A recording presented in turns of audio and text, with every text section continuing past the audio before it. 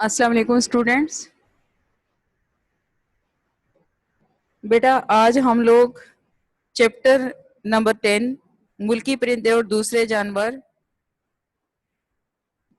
پڑھیں گے. اس کے مصنف کا نام شفیق الرحمان ہے. شفیق الرحمان نے ملکی پرندے اور دوسرے جانور پر یہ ایک مضمون لکھا ہے. شفیق الرحمان 1920 میں پیدا ہوئے اور 2000 میں انہوں نے وفات پائی. اردو کے ممتاز افسانہ نگار اور مزاح نگار شفیق الرحمان 1920 میں ضلع جلندھر کلا نور کے مقام پر پیدا ہوئے. انہوں نے 1942 میں king Edward medical college Lahore سے MBBS کا امتحان اعزاز کے ساتھ پاس کیا. اپنی قابلیت اور میڈیکل میں نمایاں پوزیشن کی وجہ سے 1 سال کے اندر ہی انہیں فوج میں انڈین آرمی میڈیکل سروس میں لے لیا گیا. پاکستان بن گیا تو وہ پاکستان آرمی کا حصہ بن گئے.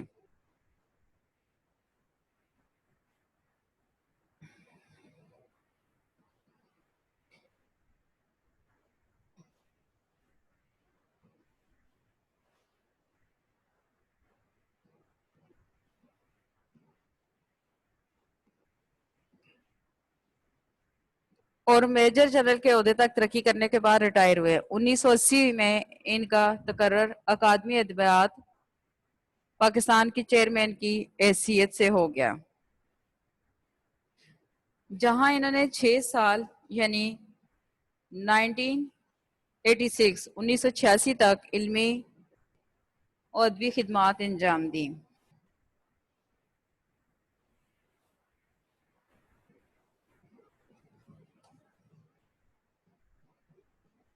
شفیق الرحمان کے مزاح کا انداز بہت ہلکا پھلکا اور نہایت شائستہ ہے. بیٹا یہ لائن آپ لوگوں نے انڈر لائن کرنی ہے. ان کے ہاں نہ تو الفاظ کی بازے گری سے مزاح پیدا کرنے کی کوشش نظر آتی ہے اور نہ ہی محض مزاح پیدا کرنے کی غرض سے ایک باوقار مقام سے نیچے اترنے کا رجحان ملتا ہے.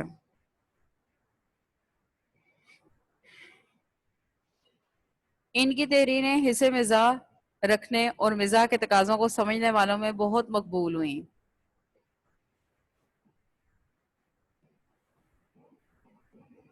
انیس سو 42 میں آپ کے افسانوں کا ایک مجموعہ کرنیں شائع ہوا. آپ کے دیگر مجموعوں میں شگوفے، مدجزر، حماقتیں، مزید حماقتیں اور دجلہ وغیرہ زیادہ مقبول ہوئے.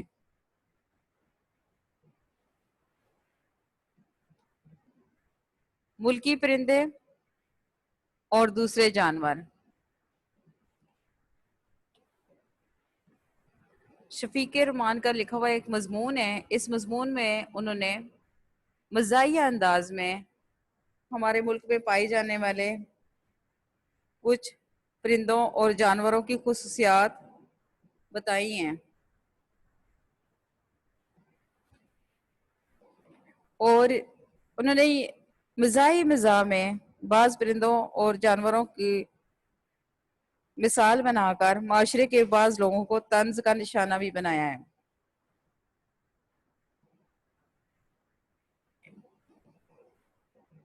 یہ ایک مزاحیہ مضمون ہے، یعنی کسی بھی صنف میں مزاح کرنا یا لکھنا اس پر کوئی پابندی نہیں ہے. کوئی نظم بھی مزاح میں ہو سکتی ہے اور یہ نثر ہے، سبق ہے آپ کا، اور اس میں بھی مزاح کا سا انداز ہے.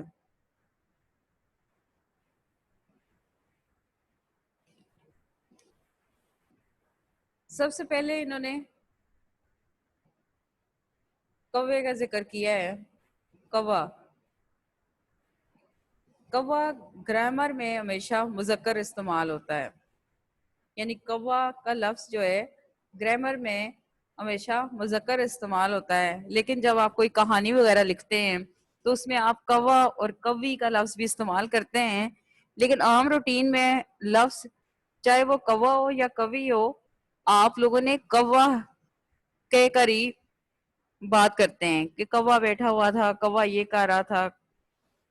تو بیٹا کوا گرامر میں ہمیشہ مذکر استعمال ہوتا ہے، یہ آپ کا ایم سی کیو ہے اور شارٹ کوسچن بھی ہے۔ کوا صبح صبح موڈ خراب کرنے میں مدد دیتا ہے، ایسا موڈ جو ویسے بھی کوئی خاص اچھا نہیں ہوتا۔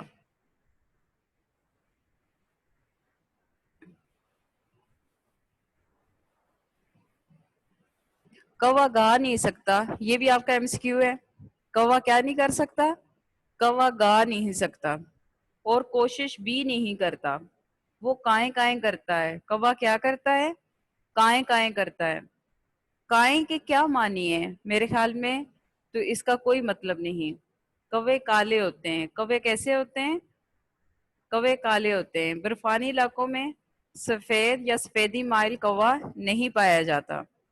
کوا سیاہ کیوں ہوتا ہے؟ اس کا جواب بہت مشکل ہے۔ پہاڑی کوا 1.5 فٹ لمبا اور وزنی ہوتا ہے، یہ بھی آپ کا ایم سی کیو اور شارٹ کوسچن بھی ہے۔ پہاڑی کوا کتنا لمبا ہوتا ہے؟ 1.5 فٹ لمبا اور وزنی ہوتا ہے۔ میدان کے باشندے، باشندے میدان کے رہنے والے، میدانوں میں رہنے والے اس سے کہیں چھوٹے اور مختصر کوے پر، مختصر یعنی کہ چھوٹے کوے پر کانے ہیں۔ کانے قناعت کرنے والے، صبر کرنے والے۔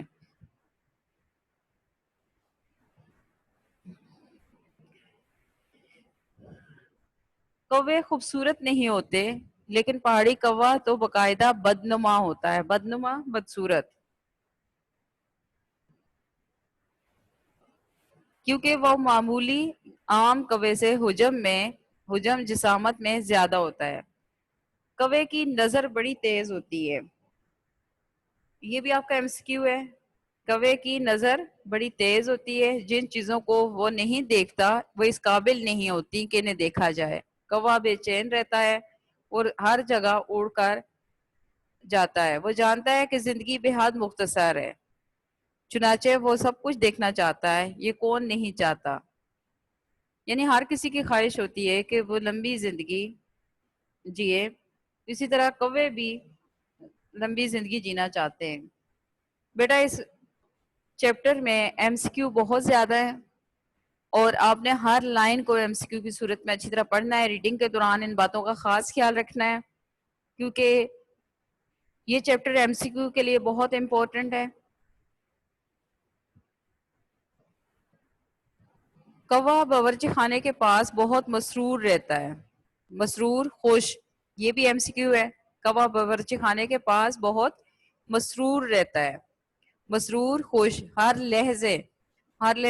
لمحے کے بعد کچھ اٹھا کر کسی اور کے لیے کہیں پھینک آتا ہے اور درخت پر بیٹھ کر سوچتا ہے کہ زندگی کتنی حسین ہے۔ کس پر بیٹھ کر سوچتا ہے؟ یہ بھی ایم سی کیو ہے آپ کا، درخت پر بیٹھ کر، کہ زندگی کتنی حسین ہے، خوبصورت ہے۔ کہیں بندوق چلے تو، یہاں سے آپ کا کوسچن کا آنسر سٹارٹ ہوتا ہے۔ کہیں بندوق چلے تو کوے سے ذاتی توہین سمجھتے ہیں، یہ آپ کے کوسچن نمبر 3 کا آنسر ہے۔ بندوق چلے تو کوے کیا کرتے ہیں؟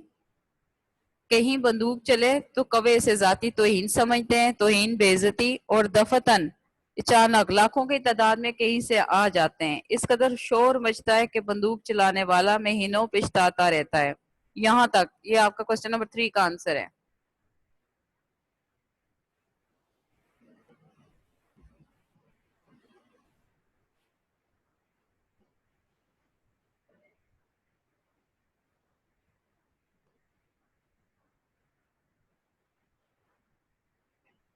بارش ہوتی ہے تو کوے نہاتے ہیں، یہاں سے آپ نے نثر پارے کی تشریح کے لیے مارک کرنا ہے، اور یہ اس سے اوپر والا بھی، کوا باورچی خانے کے بعد بہت مسرور رہتا ہے، یہ پیراگراف بھی آپ نے مارک کرنا ہے۔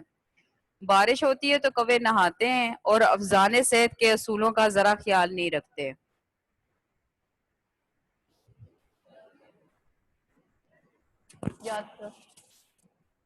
افزان صحت، صحت کی حفاظت، آپ میرے ساتھ ساتھ لیکچر سنو، میرے ساتھ ساتھ لیکچر سنو۔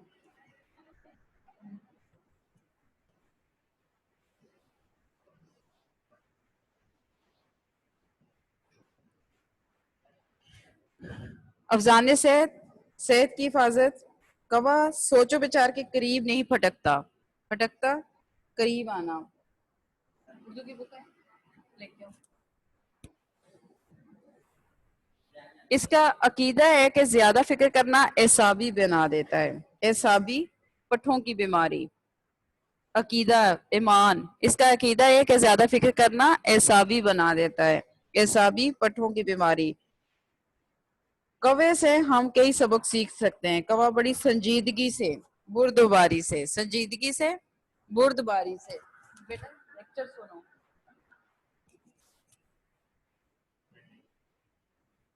اڑتا ہے بالکل چونچ کی سیدھ میں. کوے اڑ رہے ہوں تو معلوم ہوتا ہے کہ شرط لگا کر اڑ رہے ہیں. کوے فکر معاش میں، روزگار کی فکر میں دور دور نکل جاتے ہیں، لیکن کبھی کھوئے نہیں، گم نہیں ہوئے. شام کے بعد کوئی 10,000 کوا کہیں سے واپس آ جاتا ہے. ممکن ہے یہ غلط کوے ہوں. اگر آپ کووں سے نالاں ہیں، ناراض ہیں، تو یہ مت بھولیے کہ کوے بھی آپ سے نالاں ہیں، ناراض ہیں.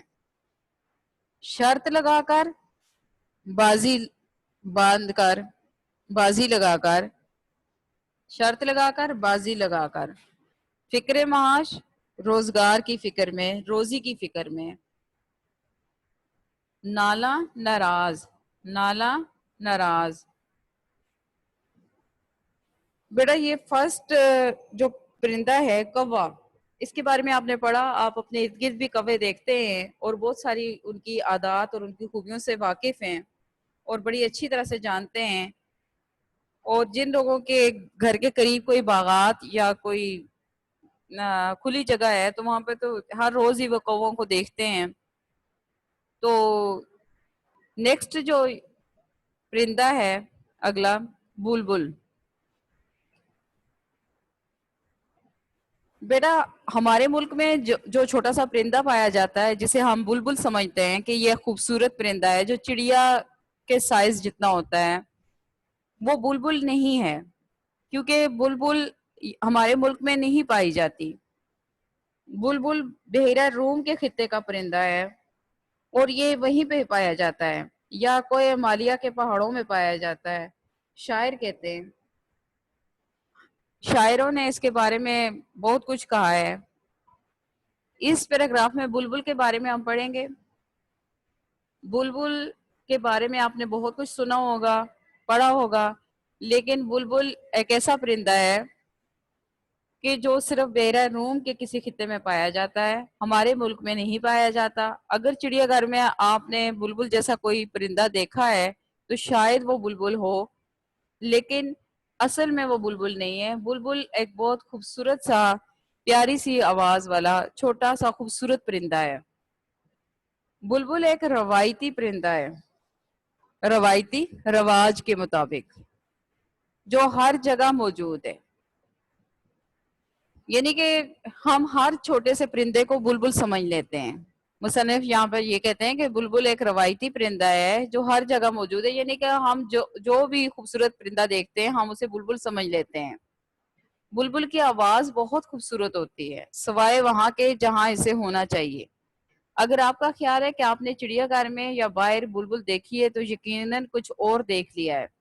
یعنی کہ چڑیا گھر میں یا باہر آپ نے کوئی بلبل جیسا کوئی پرندہ دیکھا ہے تو وہ بلبل نہیں ہے، وہ بلبل جیسا کوئی دوسرا پرندہ ہوگا جسے آپ بلبل سمجھتے ہیں. ہم ہر خوشگلو پرندے کو بلبل سمجھتے ہیں. خوشگلو، اچھی آواز والے، سریلے. قصور ہمارا نہیں، ہمارے ادب کا ہے. شاعروں نے نہ بلبل دیکھی ہے نہ اسے سنا ہے. یعنی شاعروں نے شاعری میں بلبل کا ذکر کیا ہوتا ہے تو شاعروں نے تو نہ تو بلبل دیکھی ہے نہ اس کے بارے میں سنا ہے، کیونکہ اصلی بلبل اس ملک میں نہیں پائی جاتی. سنا ہے کہ کوئی ہمالیہ کے دامن میں کہیں کہیں بلبل ملتی ہے، لیکن کوئی ہمالیہ کے دامن میں شاعر نہیں ہوتے. کوئی ہمالیہ کے دامن میں کیا نہیں ہوتے؟ شاعر نہیں ہوتے. یہ بیٹا آپ کا ایم سی کیو ہے. بلبل ایک روایتی پرندہ ہے، اس کو انڈر لائن کر لیں. عام طور پر بلبل کو آوزاری کی دعوت دی جاتی ہے. آوزاری رونے دھونے کی، آوزاری رونا دھونا. یہاں سے آپ نے بریکٹ مارک کرنی ہے نثر پارے کی تشریح کے لیے. یہ پیراگراف بورڈ میں کئی مرتبہ آ چکا ہوا ہے. اور رونے پیٹنے کے لیے اکسایا جاتا ہے. اکسایا، اشتعال دلانا، بہکانا. اکسایا، اشتعال دلانا، بہکانا، بلبل کو ایسی باتیں بالکل پسند نہیں. ویسے بلبل ہونا کافی مذاق خیز ہوتا ہے. مذاق خیز، مزاحیہ، مذاق خیز، مزاحیہ. بلبل اور گلاب کے پھول کی افواہ غلط خبر کسی شاعر نے اڑائی تھے، جس نے رات گئے گلاب کی ٹہنی شاخ پر بلبل کو نالا و شیون کرتے دیکھا تھا. نالا شیون، روتے دوتے. نالا شیون، روتے دوتے. کم از کم اس کا خیال تھا کہ وہ پرندہ بلبل ہے اور وہ چیز نالا شیون. نالا شیون، رونا دھونا. یہاں پر آپ نے بریکٹ ختم کرنی ہے نالا شیون پہ. اس نثر پارے میں مصنف بلبل کی خصوصیات لکھتے ہیں اور لکھتے ہوئے کہتے ہیں، یعنی آپ نے تشریح اس طرح سے کرنی ہے کہ بلبل ایک روایتی پرندہ ہے جو ہر جگہ نہیں پایا جاتا اور کوئی ہمالیہ کے دامن میں ہی کہیں پایا جاتا ہے. بلبل کو عام طور پر رونے دھونے کے لیے اکسایا جاتا ہے، بھڑکایا جاتا ہے، اور بلبل کو ایسی باتیں بالکل بھی پسند نہیں ہیں. ویسے بلبل ہونا کافی مزاحیہ سی بات ہے کہ شاعروں نے بھی کسی پرندے کو دیکھ کر اس کے بارے میں شعر کہے. یقیناً انہوں نے کوئی اور پرندہ دیکھا ہوگا، لیکن کیونکہ رات کے وقت انہیں کم دکھائی دیتا ہے، انہوں نے اس کو بلبل سمجھ لیا. بلبل اور گلاب کے پھول کی افواہ بھی شاعروں نے ہی اڑائی ہوگی کہ ایک گلاب کے پھول پر بلبل بیٹھی رو رہی تھی اور انہوں نے اس کو روتے دھوتے دیکھا تھا. یعنی اصل میں انہوں نے کوئی اور پرندہ دیکھا جو پرندہ گلاب کے پھول پر بیٹھا ہوا تھا، اور جو وہ کر رہا تھا وہ اس کو رونے سے انہوں نے اس کو تشبیہ دی ہے کہ وہ رو رہا تھا، اداس تھا. رات کو کے بغیر کچھ کا کچھ دکھائی دیتا ہے.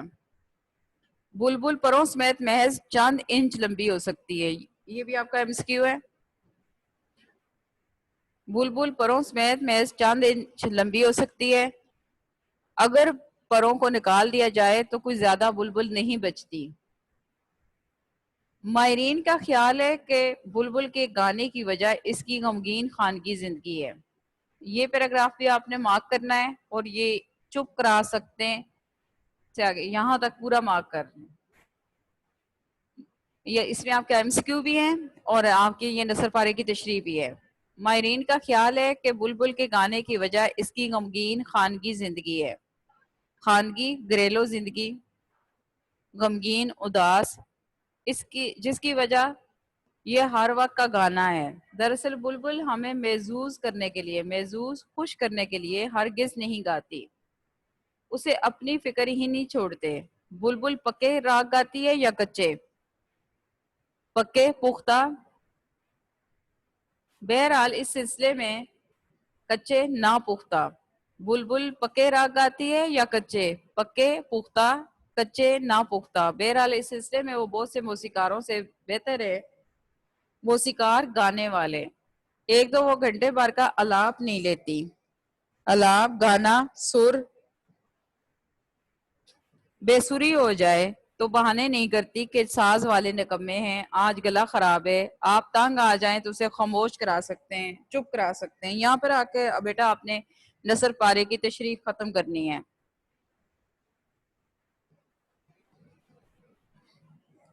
اس نثر پارے کی تشریح کو آپ اس طرح سے کر سکتے ہیں کہ بلبل کیا گاتی ہے، پختہ راگ گاتی ہے یا ناپختہ، اس چیز کی بالکل پرواہ نہیں. لیکن بہرحال وہ دوسرے گانوں والوں سے اچھی ہے، کیونکہ دوسرے گانے والے طویل راگ گاتے ہیں، لمبے لمبے راگ گاتے ہیں جو ہمیں دیر تک سننا پڑتے ہیں. جبکہ بلبل تھوڑی دیر گانا گا کر خاموش ہو جاتی ہے. گانا گاتے ہوئے اگر اس کی آواز بدی ہو جائے، بری ہو جائے، تو جھوٹ نہیں بولتی، بہانے نہیں بناتی کہ آج ساز خراب ہے، آج میرا گلا خراب ہے. اور گانے کے ساتھ گانا اس کا ساتھ نہیں دے رہا. اگر آپ اس کے برے گانے کی وجہ سے تنگ آ جائیں تو اسے چپ کرا سکتے ہیں. مصنف اس میں عام گانے والوں پر طنز کرتے ہوئے کہتے ہیں کہ عام گانے والے تو اس سلوک سے برا مان جاتے ہیں کہ اگر آپ انہیں کہیں کہ آپ خاموش ہو جائیں، لیکن بلبل ایسا نہیں کرتی۔ دراصل مصنف نے بلبل کے پردے میں آج کل کے موسیقاروں پر طنز کیا ہے کہ ذرا سی روک ٹوک پر وہ اپنی سخت توہین سمجھتے ہیں، اپنی بے عزتی سمجھتے ہیں۔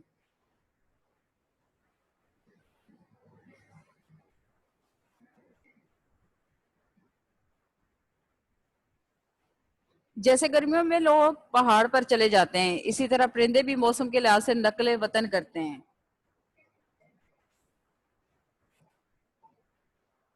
نقل وطن کرنا، وطن تبدیل کرنا، وطن کی طرف جانا۔ بلبل کبھی سفر نہیں کرتی، اس کا خیال ہے کہ وہ پہلے سے ہی وہاں جہاں سے پہنچنا چاہیے تھا۔ ہمارے ادب کو دیکھتے ہوئے بھی بلبل نے اگر اس ملک کا رخ کیا تو نتائج کی ذمہ داری خود پر ہوگی۔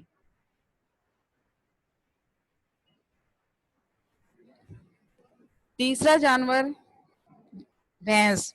پہلے دو پرندوں کے بارے میں مصنف نے بتایا ہے، ان کی خصوصیات بتائی ہیں۔ کوا کیسا پرندہ ہوتا ہے، کہاں کہاں ہوتا ہے۔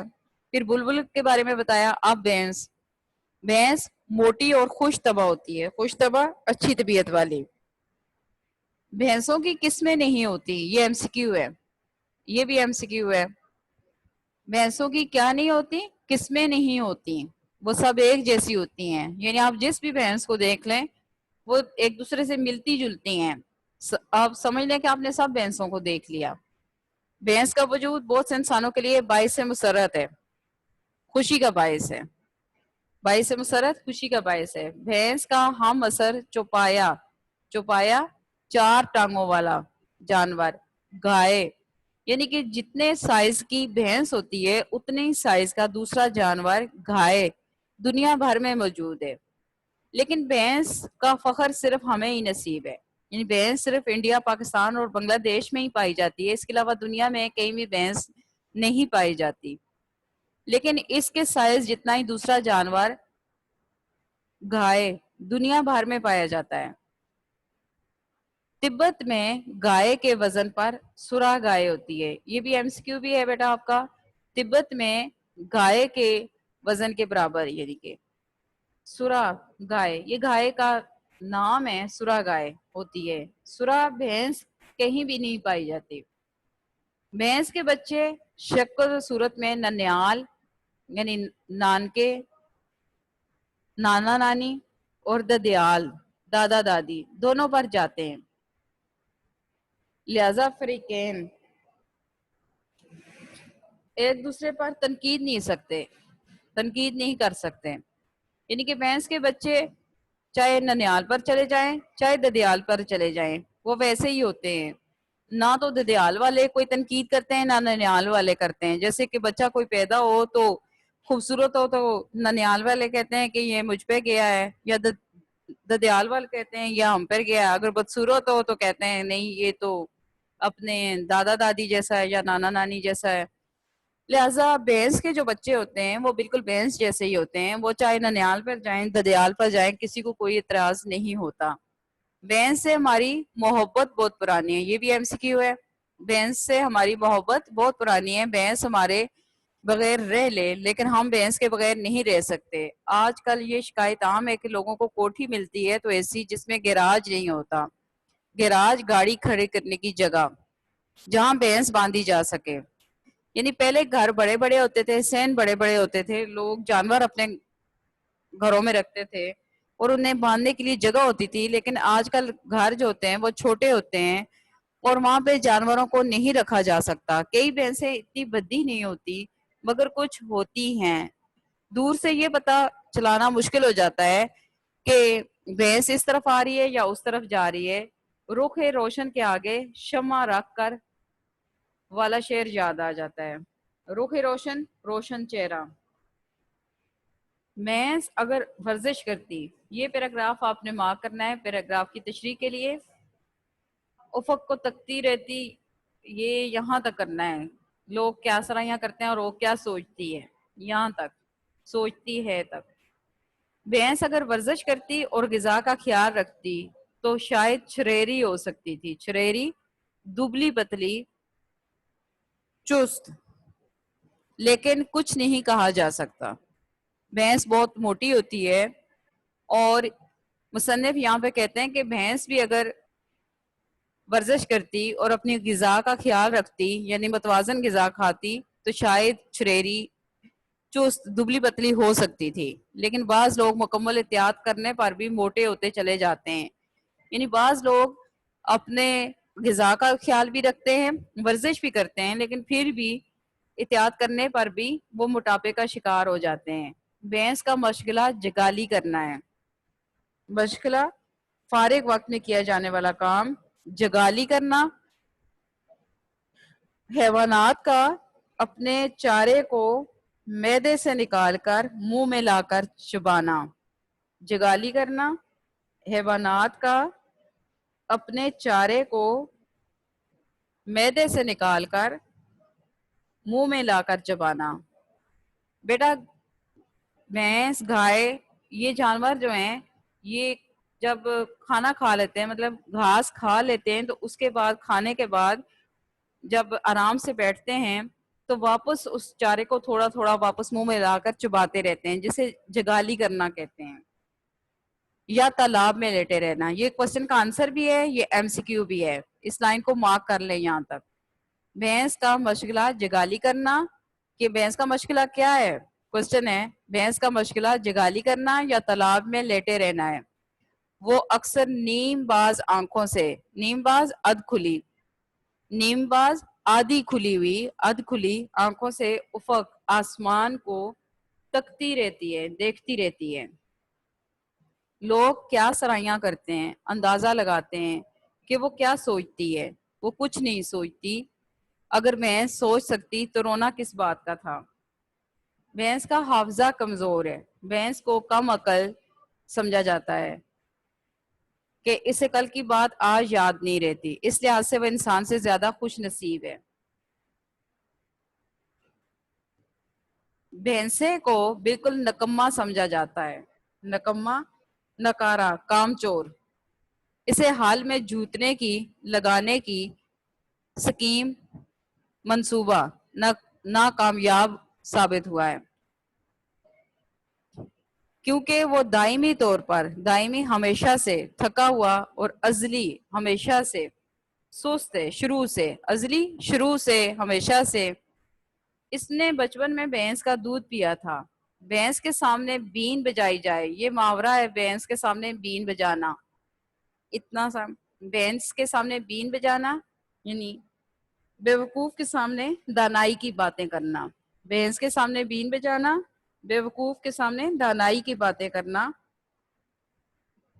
تو نتیجہ تسلی بخش نہیں نکلتا. یعنی بھینس کے آگے بین بجائی جائے یعنی اس کے سامنے عقل فکر کی باتیں کی جائیں تو اس کا کوئی فائدہ نہیں ہے, اس پر کوئی اثر نہیں ہوتا.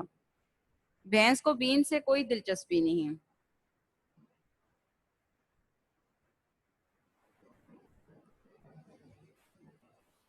الو, الو بردبار اور دانش مند ہے لیکن پھر الو ہے. دانش مند عقل مند. بردبار صابر, بردبار صابر. وہ کھنڈروں میں رہتا ہے, کھنڈر ویران جگہ, لیکن کھنڈر بننے کی وجوہات دوسری ہیں. الو کا ذکر پرانے بادشاہوں نے اپنے روزنامچوں میں بھی اکثر کیا ہے. روزنامچے ڈائری, جس طرح آپ ڈائری لکھتے ہیں روز کی روز اسکول میں لکھا کرتے تھے, اسی طرح بادشاہ بھی اپنے روز کی روٹین لکھنے کے لیے, اپنا معمول لکھنے کے لیے ڈائری کا استعمال کرتے تھے. اسے اردو میں روز نامچہ کہتے ہیں. روز نامچہ ڈائری. لیکن اس سے الو کی پوزیشن بہتر نہیں ہو سکی. یعنی کہ بے شک بادشاہوں نے اپنی ڈائری میں, اپنے روز نامچے میں الو کا ذکر کیا ہے, لیکن اس سے اس کی جو اہمیت ہے, اس کا جو درجہ ہے, پوزیشن, وہ بہتر نہیں ہو سکی. الو کی 20 قسمیں بتائی جاتی ہیں. یہ ایم سی کیو, اس کو مارک کریں. میرے خیال میں 5-6 قسمیں کافی تھی. ویسے الو کی عادتیں آپس میں اس قدر ملتی جلتی ہیں کہ ایک الو کو دیکھ لینا تمام الوؤں کو دیکھ لینے کے مترادف ہے, برابر ہے, مترادف برابر ہے. الو کو ویسے وہی پسند کر سکتا ہے جو فطرت کا ضرورت سے زیادہ مدعا ہو. یہ بھی ایم سی کیو آپ کا. الو کو کون پسند کرتا ہے؟ جو فطرت کا ضرورت سے زیادہ مداح تعریف کرنے والا ہو. روزمرہ کے الو کو بوم کہا جاتا ہے. یہ بھی ایم سی کیو ہے. روزمرہ کے الو کو کیا کہا جاتا ہے؟ روزمرہ کے الو کو بوم، الو کہا جاتا ہے. بوم معنی لکھیں گے الو. اس سے بڑے کو چغت، یہ بھی الو کی ایک قسم ہے. بوم بھی الو کی ایک قسم ہے. چغت سے بڑا الو ابھی تک دریافت نہیں ہوا. یہ نثر پارے میں بہت زیادہ ایم سی کیو ہیں آپ کے. دن بھر الو آرام کرتا ہے اور رات بھر ہو کرتا ہے. یہاں سے آپ نے نثر پارے کی تشریح کرنی ہے. ہو کرنا، الو کے بولنے کی آواز ورد کرنا. اس میں کیا مصلحت پوشیدہ ہے؟ حکمت، مصلحت، حکمت پوشیدہ چھپی ہوئی ہے. میرا قیاس، میرا اندازہ اتنا ہی صحیح ہے جتنا کہ آپ کا. لوگوں کا خیال ہے کہ الو تو ہی تو کا وظیفہ پڑھتا ہے. وظیفہ کرنا، ذکر کرنا.